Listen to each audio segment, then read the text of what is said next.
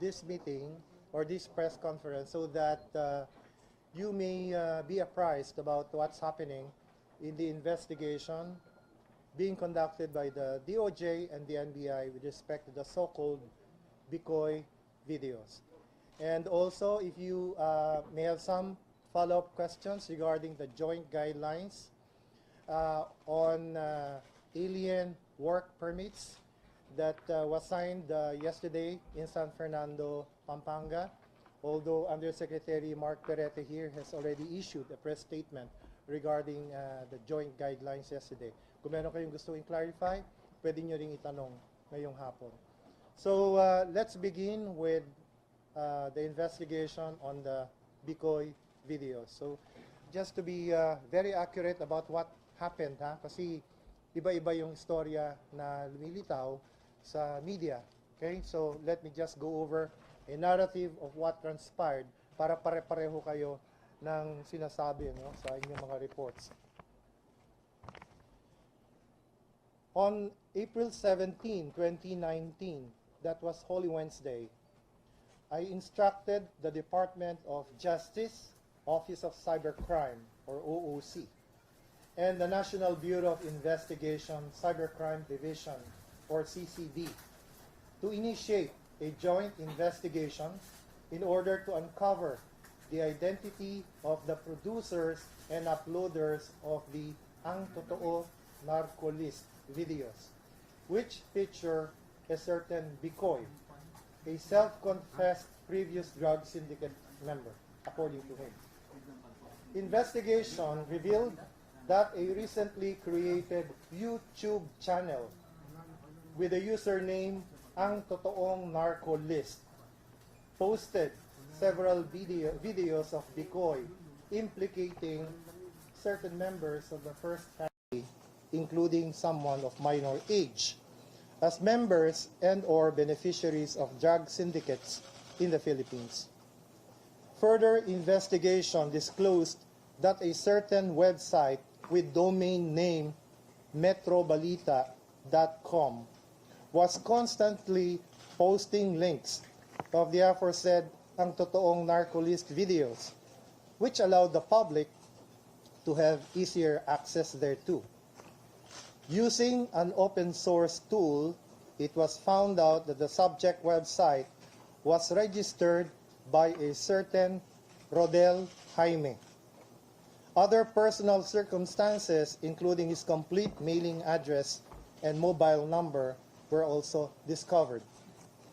Accordingly, on 29 April 2019, that was last Monday, the NBI CCD filed with the Regional Trial Court, Makati City, Branch 148, an application for warrant to search, seize, and examine computer data pursuant to the rule on cybercrime warrants promulgated by the Supreme Court against Rodel Jaime for cyber libel under the Cybercrime Prevention Act of 2012. Judge Andres Soriano, you remember him, the judge in the rebellion case, Trillanes rebellion case, issued the warrant sought for against Rodel Jaime on the same date, April 29.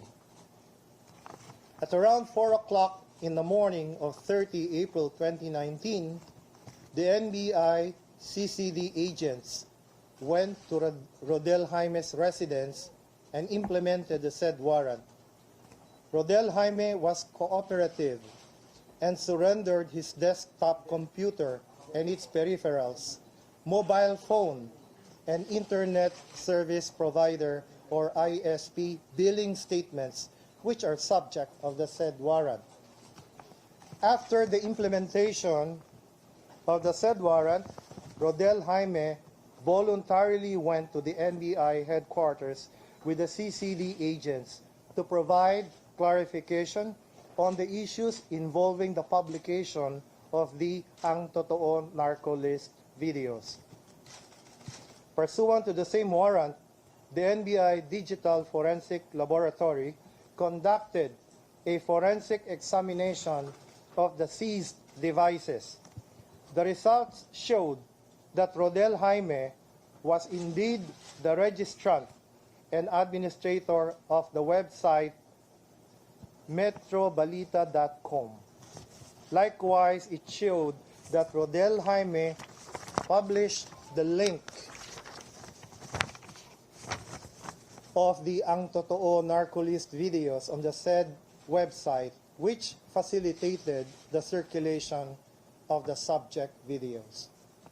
Based on the aforesaid forensic report, Rodel Jaime was arrested by the NBI CCD agents who will present him for inquest before the National Prosecution Service of the DOJ. I will leave the determination of the existence of probable cause to the sound judgment of the inquest prosecutor. You may now ask your questions, and our Chief of the Communications Division, Irene, will moderate.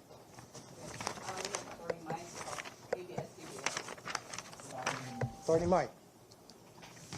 We know the theory behind the arrest, if it was considered a convicting crime, because we understand that when the evidence recovered against him, was he considered to be in the act of committing a crime, considering that what they have is search warrant and not an arrest warrant? Of course, we know that there are arrests incidental to a search. All right. So what is issued by the court is a search warrant, but in the course of implementing the search warrant, it is possible that an offense might be discovered, which may be actually continuing, and in that sense, a warrantless arrest can be effected. So in this case, is it cyber libel charge in which the search warrant was communicated? It's considered as I have not seen the charge. Let's probably ask the NBI if they are at liberty to disclose it at this time. Chief, are you at liberty to disclose a charge at this time? There will be a follow-up investigation on this matter, sir.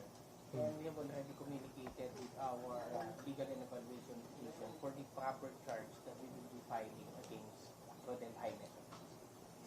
Can we confirm, sir, if cyber libel was included as among the possible charges as being considered? Yes, sir. We are considering that. Further questions? Irene, please moderate.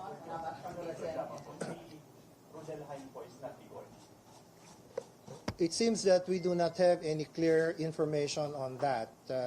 Rodel Jaime and BIKOY are not necessarily one and the same person. We do not know as of this time the exact identity of the person named as BIKOY.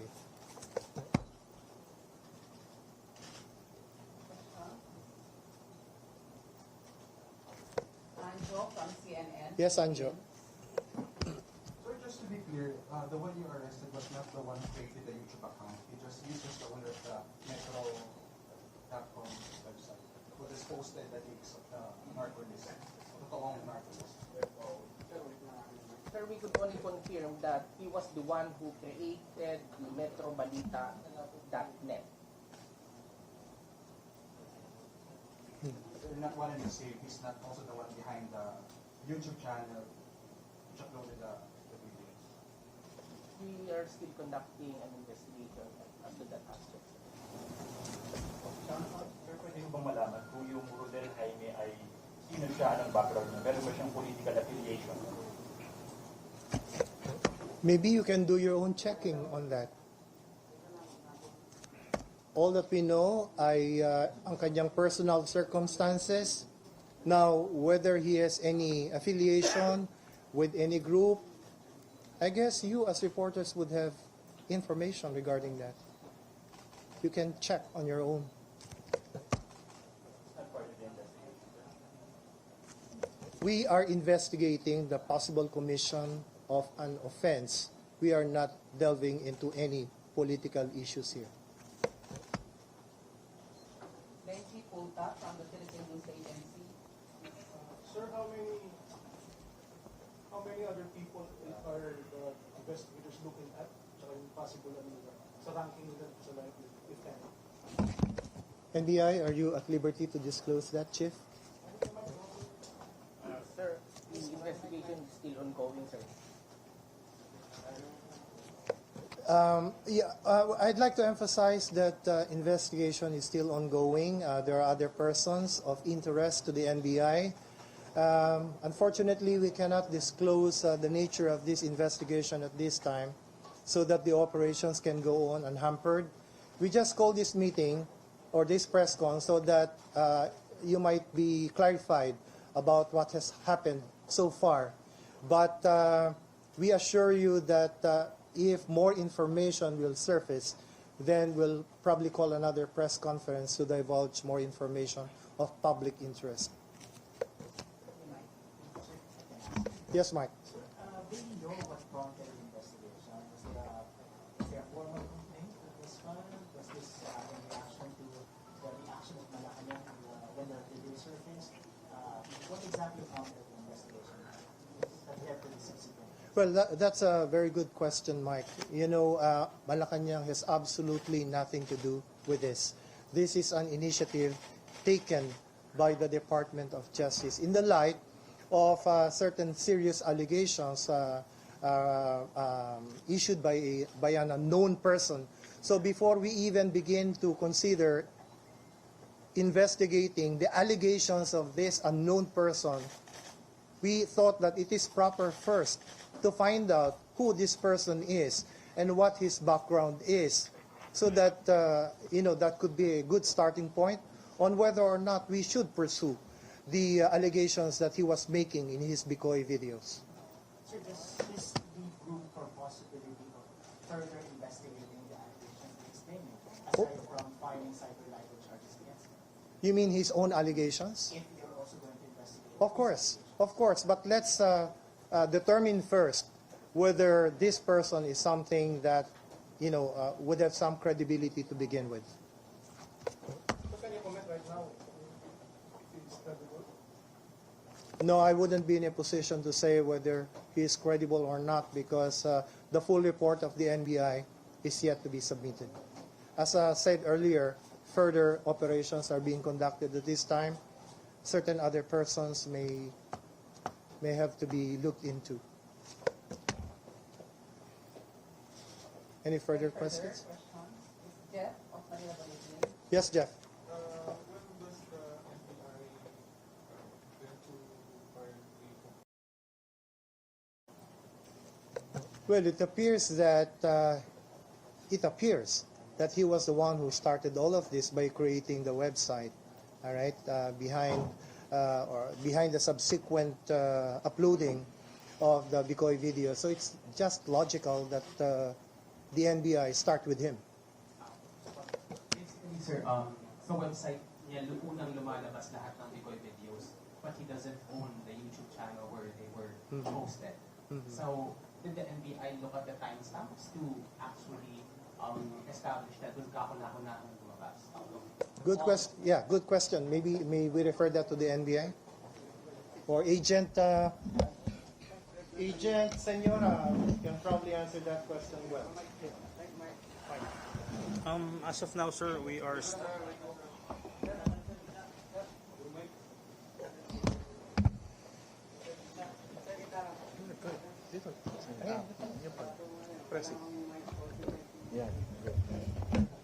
as of now, we're still conducting further evaluation on that matter. As a to our investigation, we are not solely looking at Metro Balita. Our investigation have catered to several accounts. But as to decide, this was yung mga information na available right now for us. But there are continuing investigation being conducted by the NBI. Follow-up? Yes, follow-up po. So, right now, the search and the you looking for him is actually prompted by the actual act only of sharing the video. Because it was also shared in many other social media accounts. Even in Facebook, it was viral. So thousands of shares from thousands of different profiles. So what sets this person aside?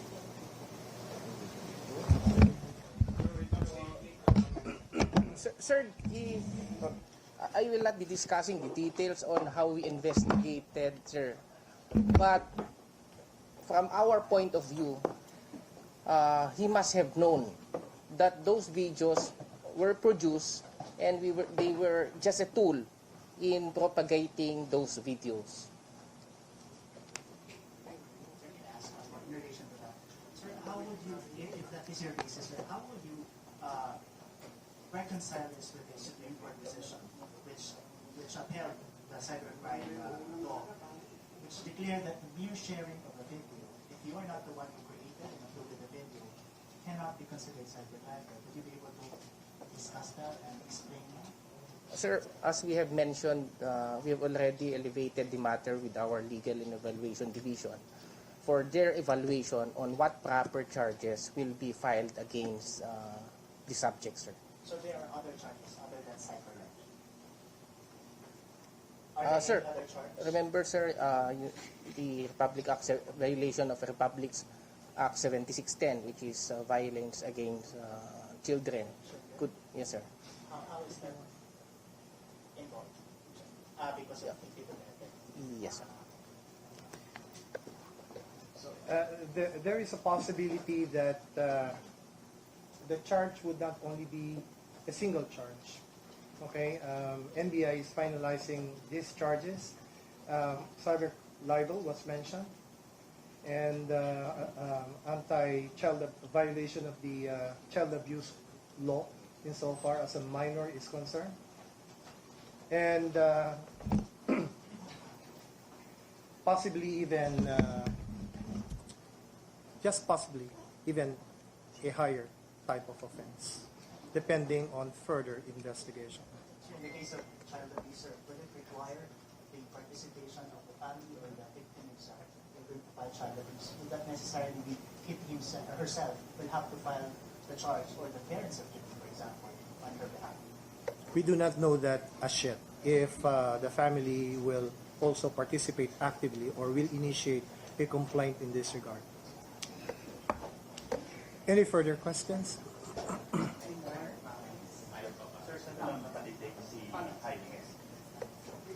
NBI may answer that question. Where is he, under whose custody is this guy, Rodel Jaime, in at the moment? He is with the NBI, sir. That was Justice Secretary Menardo Guevara, joined by NBI officials, confirming the arrest of the alleged uploader of the Ang Totoong Narcolist video series, or what's known now as the BIKOY videos. If you remember, the videos tagged President Duterte's family and friends in the illegal drug trade. Secretary Guevara says the alleged uploader of the videos, identified as Rodel Jaime, was arrested by the National Bureau of Investigation for cyber libel. He said there is an ongoing operation after the NBI served a search warrant on Rodel Jaime. The videos went viral last month. Secretary Guevara also says it was discovered that Rodel Jaime is the owner of the website which published the BIKOY videos. However, they don't know the real identity of BIKOY yet. He said Rodel Jaime and BIKOY are not necessarily the same person. Meanwhile, the NBI says an investigation is still ongoing on persons of interest in the BIKOY videos, and their investigation involves a number of internet accounts. You can still watch the rest of this press conference on our Facebook Live. Meanwhile, keep it here on CNN Philippines to get the stories as they happen. I'm Maya Rodriguez. Good afternoon.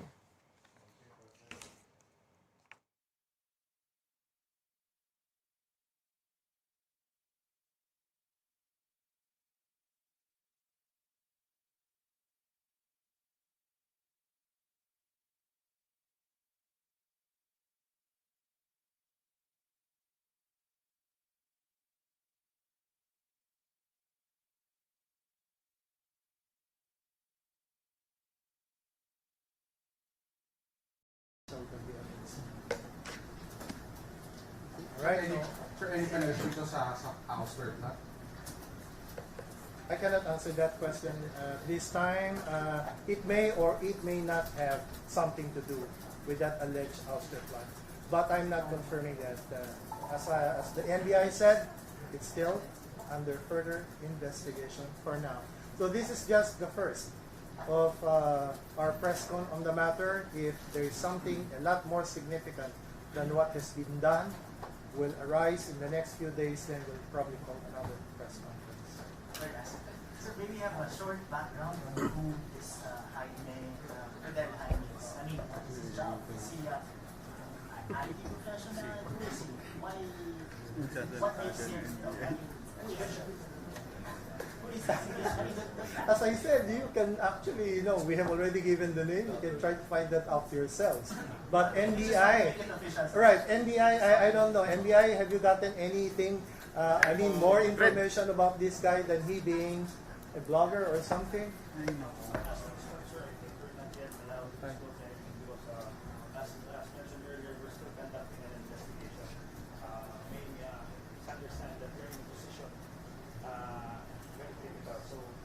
For now, we have to not to divulge anything which we think is critical to the future. Sir, can you do that?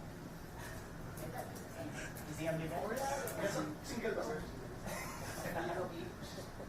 Of legal age, maybe I can say that. Okay? Okay? One last question, sir, from Johnson. Sir, para mo dun sa lahat ng nag-share, nag-like, nung original post, anong liability po nila? OOC, can somebody from the Office of Cybercrime answer that question? Attorney Chet. Ayan na. Malayo yan. Well, as mentioned earlier, yung sa pag-share ng videos, if I'm correct in interpreting the decision of the Supreme Court, as discussed earlier by Mike, that mere sharing of the videos is not punishable or would have no criminal liability. But then, of course, we don't want to say that in a straight manner that they don't have any liability. Because since it's still a continuing investigation, because who knows, those who might have also shared the videos would have also some sort of a liability. As may be later on disclosed as per investigation of the FBI agents. So, yeah. It will be something deeper, Yeah. Do you consider the cyber libel offense continuing crime? Parang medyo ibang discussion na yan. Has nothing to do. Medyo general na yan. Pwede natin pag-usapan later, Mike, pero wag na dito sa kaso. Yes, opinion na yan. Thank you, Mike. One last na. Sorry po. So you acknowledge po kanina na it's not really, wala naman talagang liability so far for sharing the video. But is the act of sharing enough to prompt an investigation or to apply for a search warrant for possible, as you mentioned sir kanina na, may possible other crime siya?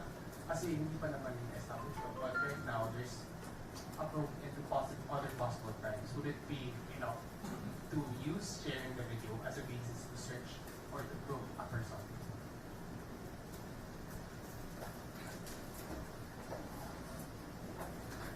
For now, we're focusing on this guy. We're not done with this guy yet. Okay? And it may turn out, after further investigation, that some other people, some special people who propagated the video or shared the video in a very vigorous manner may have to be investigated to prove likewise.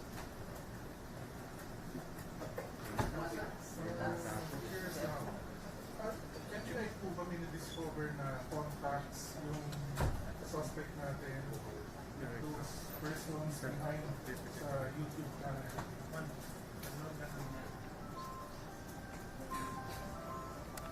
Please be informed that, again, as the time that we start the search warrant, we will get seize devices. But those devices right now is under forensic examination. And again, we cannot disclose any results thereof because we have to get the proper clearance from our bosses for that. The Office of Cybercrime of the Department of Justice has gotten in touch with, this was the very first thing that the OOC did, was to get in touch with, Attorney Chuck, with Google or with YouTube? All right, for the preservation of the data. Okay, so no questions on the joint guidelines. Pretty clear, the joint guidelines. Maliwanag na, that's the purpose of the joint guidelines actually, to make clear kung ano ang delineation of functions ng BI, ng DOLE, ano yung mga areas na po pwede mag-issue ng special work permits. Ang BI, ano ang dapat gawin ng DOLE bago siya mag-issue ng alien employment permits, and so forth and so on. So I guess that's pretty clear in the joint guidelines. So unless you have some things to clarify further. Oh yeah. Right.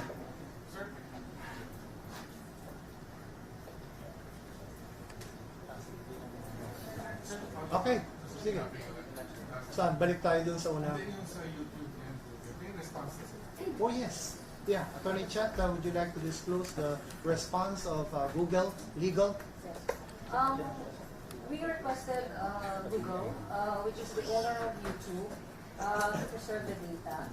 And they responded positively. They will preserve the data for a year while we are going through the legal process. Gentlemen, I'd like to acknowledge the presence of the NBI Chief, Dan Tegana. I'm sorry, Deputy my error. Deputy Director. Oh, I see. Deputy Director Guzman.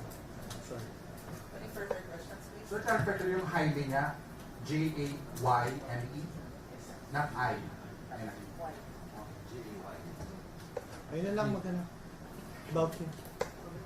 Because ang profile niya sa Twitter, blogger, gamer, licensed amateur radio operator. Twitter. Anyone can post something later. You have the freedom to show kung ano yung gusto mong ipakita. But as to that, we're not bordering on that. We're here for the technical aspect of the case. Works. Works. As of now, I think we don't see that to be useful for our case. But we're just focusing on the case that's a good matter for the fire.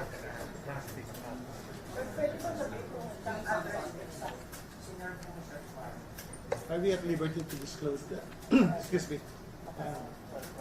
Wag muna. Yeah, that may endanger the person. So for his own security, definitely within 50 kilometers radius.